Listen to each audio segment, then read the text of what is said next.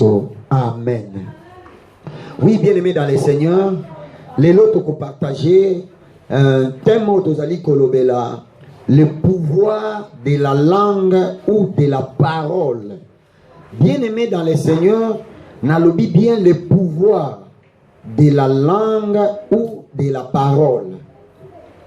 Or, pourquoi n'alobi le pouvoir de la langue ou de la parole?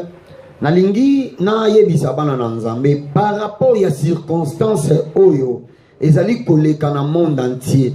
Nazali kolinga église pe bana na nzambe nyonso partout dans le monde bayeba ete liloba ezana nguya, bayeba ete lolemo ezali matière moko oyo bakoki ko négliger te. Lolemo ezali matière moko oyo ezali vraiment très importante oyo nzambe atiaki na kati ya ba membre du corps. Alors ezana pouvoir moko oyo ezana kati ya langue wana, mais na kolinga koyebisa bino ete bien-aimé dans le Seigneur, par rapport ya maloba oyo tozoyoka même na kati ya mokili oyo tozali koyoka, c'est pour cela na information tozali kolanda bandeko bazali komikosa ngana lobi bien bazali komikosa ya koyeba na ko prédire mabe na kati ya monde entier et surtout na kati ya Afrique ya koloba ete les Africains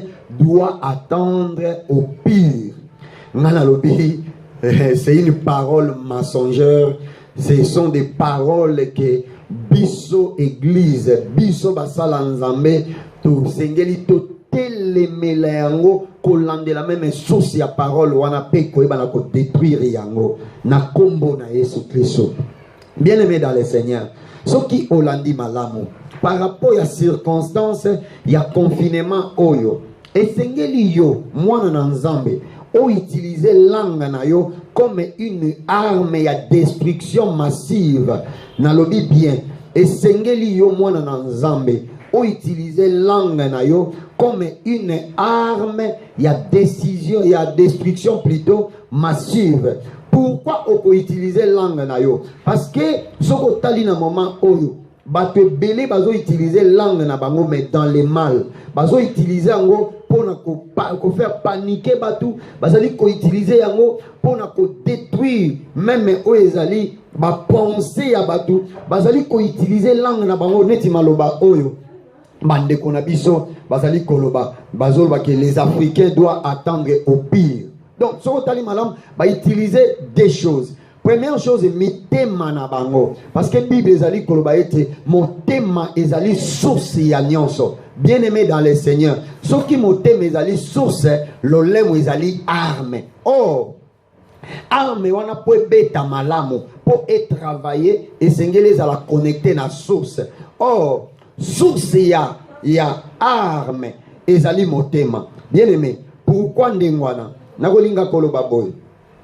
Bible ezali clair, ezali koloba nini. Soki totali nano awa okoya komona na mokanda ya Romain chapitre na yango 10.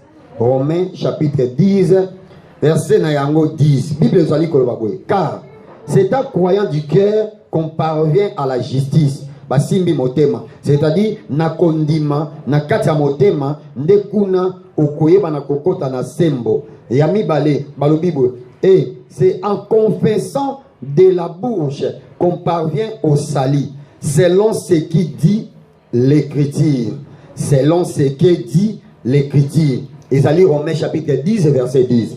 Bien aimé, ah basimbi démature, basimbi motema, basimbi na oyo ezali monoko. Monoko, pour nous bamalam basimbi lolemo. Bien-aimé dans les Seigneurs, parce que mon thème est connecté na lolemo oyo nazo loba awa ezo utalakati ya motema nanga. Lolemo ndazo pesa ngo aisance, azo bongisa yango. Siko nalingi koloba nini? Bien-aimé dans les Seigneurs, nazali kolobela le pouvoir de la langue ou de la parole.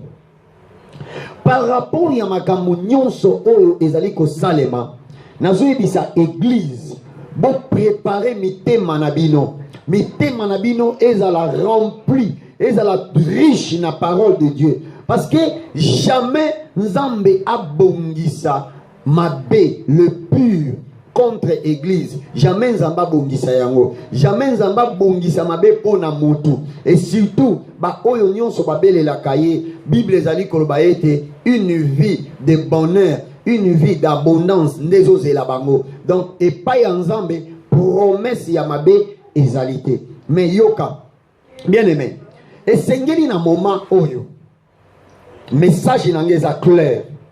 Et sengeli na moment oyo bana na nzambe basali ya nzambe bo utiliser lolemo na bino pe mitema na bino na source moko oyo ezali parole de Dieu ya koloba que dit la parole par rapport au combat, par rapport ya ba fléau, par rapport ya ba insécurité, que dit la parole. Or ce qui parole ezali source na kati ya motema na yo lolemo na yo ko prononcer to et ko confesser ba bonne chose pour na makambo nyonso ezoleka na mokili oyo. C'est pour cela, bien aimé dans le Seigneur, soko tangi na Jacques chapitre nango 3 verset nango 1 okomona apôtre Jacques azoloba ke esengeli te bato nyonso babanda koloba yango nga na lobi boye na kombo ya Yesu Kristo communauté internationale bandeko oyo bazali kotala makambo ya organisation mondiale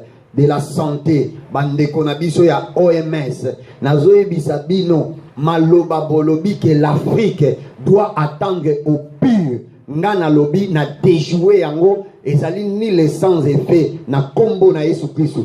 Peu importe ma décision na bino ezali na impact te likolo ya bana na nzambe et surtout ba oyo bazo croire na Jésus-Christ na ba oyo bazo confesser puissance ya Christ na minoko na bango. Bien-aimé dans le Seigneur, Jacques chapitre na yango 3 verset na yango 1 eza jusqu'à 6 menga pena na okende mingi te pour télévision ezali ngonga na kolinga koloba boye Bible ezali koloba boye. Mes frères, qu'il n'y ait pas parmi vous un grand nombre de personnes qui se mettent à enseigner. Car vous savez que nous serons jugés plus sévèrement. Nous branchons tous de plusieurs manières. Si quelqu'un ne branche point en parole, c'est un homme parfait, capable de tenir tout son corps en bride. Si nous mettons les morts dans la bouche des chevaux pour qu'ils nous obéissent, nous dirigeons ainsi leur corps tout entier. Voici, même les navires qui sont si grands et qui poussent devant impétueux sont dirigés par un très petit gouvernail au gré du pilote. De même, la langue est un petit membre et elle se vante de grandes choses. Voyez comme un petit fait, plutôt, voyez comme un petit fait peut embraser une grande forêt. La langue aussi est un fait. C'est le monde de l'iniquité. La langue est placée parmi nos membres, souillant tout le corps et enflammant le cours de la vie, étant elle-même enflammée par la guerre. Amen. Bien-aimé, ngana kolinga na mema na concept ya inspiration ya Saint-Esprit. Awa bazali koloba, apôtre Jacques azali koloba ke esengeli bato belete baba na kotele mapo na koteya baba na kotele mate po na enseigner, c'est-à-dire kotangisa, pour dire que communauté internationale ekoki kotangisa biso eloko moko te. Peu importe science na bango, biso toza na science ya Christ. Soko tangi malamu Bible ezali koloba ete science ya nzambe eza Romains chapitre 11 verset nango 33 balobi science ya nzambe ezali insondable. En dehors de ça, balobi nini ke richesse ya nzambe ezali insondable, ezali incompréhensible. Bien aimé dans le Seigneur, mokili ekoki kokene na science na bango bazwi connaissance moko ba bibisi maloba, mais maloba wana ekoki kozala jamais oui pona oyo bango balobi bango tende bazali na monopole ya koloba. C'est pour cela que la Bible est claire que esengeli ba enseignant bazala mingi te awa balobi kaka pona église te. C'est-à-dire mutu nyonso atelemi pona ko enseigner pona ko pesa quelque chose na masse. Mutu wana esengeli azala un homme fait, azala mutu oyo azali ajusté dans la connaissance de la parole de Dieu, dans la connaissance de la science de Dieu. Parce que makambo mususu mutu wana obimisa ekoki komema liwa. C'est pour cela awa tango apôtre Jacques azali koloba azoloba ete soki bo batiaka oyo ezali singa les morts ezali singa oyo batiaka na punda pona ko diriger alobi batiaka yango po a obéir pour dire que minoko mususu esengeli to kanga yango singa ndenge nazali ko kanga munoko ya bandeko oyo ya Organisation mondiale de la santé na kangi bango munoko pona koyebisa bango ke Afrique ezo attendre na pire na kombo na Yesu Kristo. Congo pe ezali ko attendre na pire na kombo na Yesu Kristo. Nenge tozali awa biso tozali ko croire na science ya Nzambe. Science oyo ezali amour, eza basé sur l'amour. Ba science nyonso ya mokili oyo soko la nyango malamu base nango eza amour te. Loba amen na kombo na Yesu Christ. Donc science ya Nzambe ezali basé na amour. C'est pour cela amour wana ndezo sala eya ko sauver bango bazoloba que l'Afrique selon ma connaissance na bango selon science na bango que l'Afrique doit attendre au pire. Ya koloba nini soki Chine Bakoufi par exemple, on appelle cet exemple, Bakoufi 2 millions pour Nakoloba Malamu ke biso Afrique neti par exemple République démocratique du Congo to s'attendre na 4 millions lokuta non N-O-N na kombo na Yesu Christo. Bien aimé dans le Seigneur, na minute il faut te confesser oyo ezali le nom de Jésus pour na koboya oyo ezali ba fléau nyonso bazali ko lancer na ba venin ya minoko na bango pe ya lolemo na bango. C'est pour cela Bible ezali koloba awa na Esaïe chapitre nango 54 verset 17. Bible ezali koloba boye na sepelaka na maloba oyo. C'est pour cela nangi koyebisa yo sur le pouvoir de la langue ou de la parole. Donc makambu yo koloba ne makambu oyo yo kobuka mbuma na yango yo na bana na yo kondima te makambu oyo bango bazali koloba. Oui, ce n'est pas dit que mesures préventives tozwa yango te nga nazo sukola maboko avant na ba l'émission na sukola ki maboko savo ezawana tozo sukola wana ezali normal pour la santé ezali malamu mais yako banda ko lancer ba venin wana na boyango na kombo na Yesu Kristo pe oyo nyonso azolanda ngai loba ke biso tozali ko s'attendre na pire te na kombo na Yesu Kristo parce que kombo ya Yesu ezali lobiko kombo ya Yesu Kristo ezali gloire kombo ya Yesu Kristo ezali sécurité. Ah bazali kolobani na Esaïe chapitre nango 54 verset 17. Que nous dit la Bible? Toute arme forgée contre toi sera sans effet. Et toute langue qui se lèvera en justice contre toi, tu la condamneras. Tel est l'héritage des serviteurs de l'Éternel, tel est le salut qui leur viendra de moi, dit l'Éternel. Nzambe yazalokomo. Héritage, ya bato babanga Nzambe. Nzamba pesi bango pouvoir ya ko détruire, ya ko déjouer, ya ko yeba na ko ruiner, ya ko déstabiliser arme nyonso o eza forgé contre bango pe minoko nyonso o ezali ko se liguer contre bino balobi boza na pouvoir ya ko détruire pe ko condamner yango. C'est pour cela na kombo na Yesu Kristo nazali ko condamner langue nyonso o etelemi en justice contre le peuple de Dieu, contre Afrique, contre l'église, corps du Christ, n'a condamné pe na déjoué yango au nom puissant de Jésus-Christ.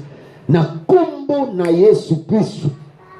Maloba nyonso ezalaki prononcé contre yo, contre bana yo, même toute récupération démoniaque et satanique et sorcellerique, parce que ba famille oyo pe bazana ba problème ya kindoki.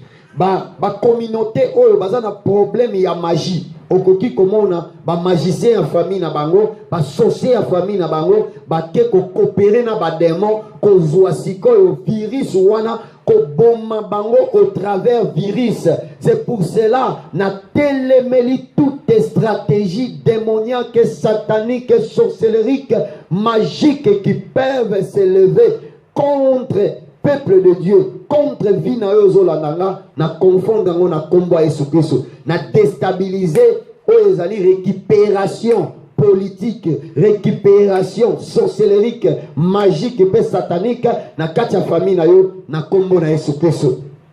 Okoki komona Satan na bandeko na ye ba démon, na bandeko na bango ba sorcier, na bandeko na bango ba magicien, bakoki ko banda siko ko fula ba poudre ya coronavirus siko ya bondoki yango na condamné ba génion sowana au nom de Jésus-Christ. Yo yozo landangai, utilisez l'olemo na yo, utilisez motema na yo comme source monene, pe l'olemo na yo comme une arme de destruction massive.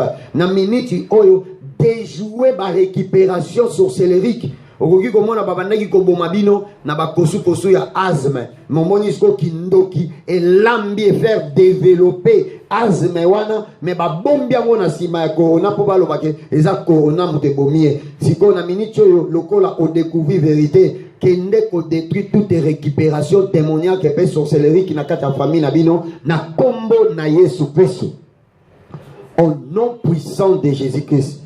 Bien-aimé, l'olemo na yo na motema na yo nazo simba kaka deux choses, parce que na kati ya motema ndeza source ya bonheur, na l'olemo ndezali arme nyonso ifo eza na source nango oyo ezozela ba munition ya l'olemo ezouta na motema. Or Bible ezali koloba que c'est par l'abondance du cœur que la bouche parle. Matthieu chapitre 12 verset nango 34. C'est par l'abondance du cœur que la bouche parle. Matthieu 12, 34.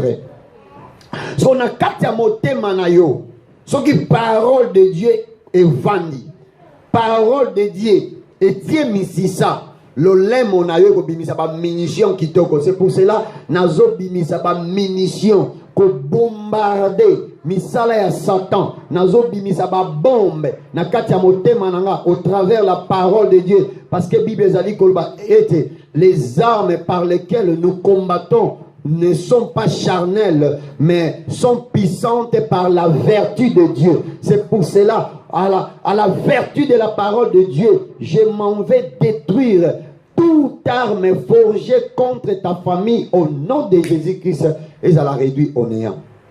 Na kombo na Yesu Christ.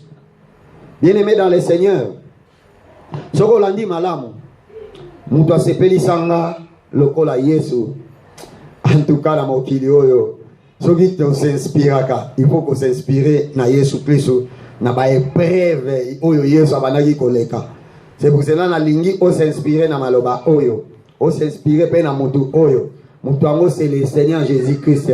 Oyo nazali kote ya yo évangile na ye. Bible zolba na évangile selon Jean. Jean chapitre 19. Tokotanga Jean chapitre 19. Jean chapitre na yango 19 verset na yango 10 à 11. La Bible dit, Pilate lui dit waneza Jésus, c'est-à-dire Pilate a dit Yesu, est-ce à moi que tu ne parles pas? Ne sais-tu pas que j'ai le pouvoir de te crucifier et que j'ai le pouvoir de te relâcher? Jésus répondit, tu n'aurais sur moi aucun pouvoir s'il ne t'avait été donné d'en haut. C'est pourquoi c'est lui qui me livre à toi commet un plus grand péché. Amen. Bien-aimé, tala lolemo ya Yesu, comment utiliser comme une arme de destruction massive, ya parole, ya Pilate. Comment le cœur de Jésus était rempli de la puissance de la parole. Jésus n'a pas accepté. Jésus n'a pas laissé Pilate dire un mot sur sa vie. C'est pour cela que nous avons OMS. Yokanga ma soeur, ozo dépendre na OMS té. Na ba science na bango eza basé na haine, eza basé na mensonge, eza basé na enrichissement. Bazo lukambongo. Mbongo bazo pesa badon wana bango baloko tiango wapi. Bazi yango wapi. Il n'y a rien pour rien, bako saoté. Yango na koyebisa yo boye. Oui, ba opesa badon. Oui, ba opesa o bazo pesa bazimbongo wana wapi baloko tiango wapi. Soki te ezakaka na mikongo na bino na mikongo ya ba malade ya batu bazoki kosala ba recherche ba boaki malade après ba ye ba bénéficier nango nde ba bandi koloba ke badon nde ba banda koloba pouvoir na minokolo bango koloba ke l'Afrique doit attendre au pire ngana lobi le kuta au nom de Jésus-Christ.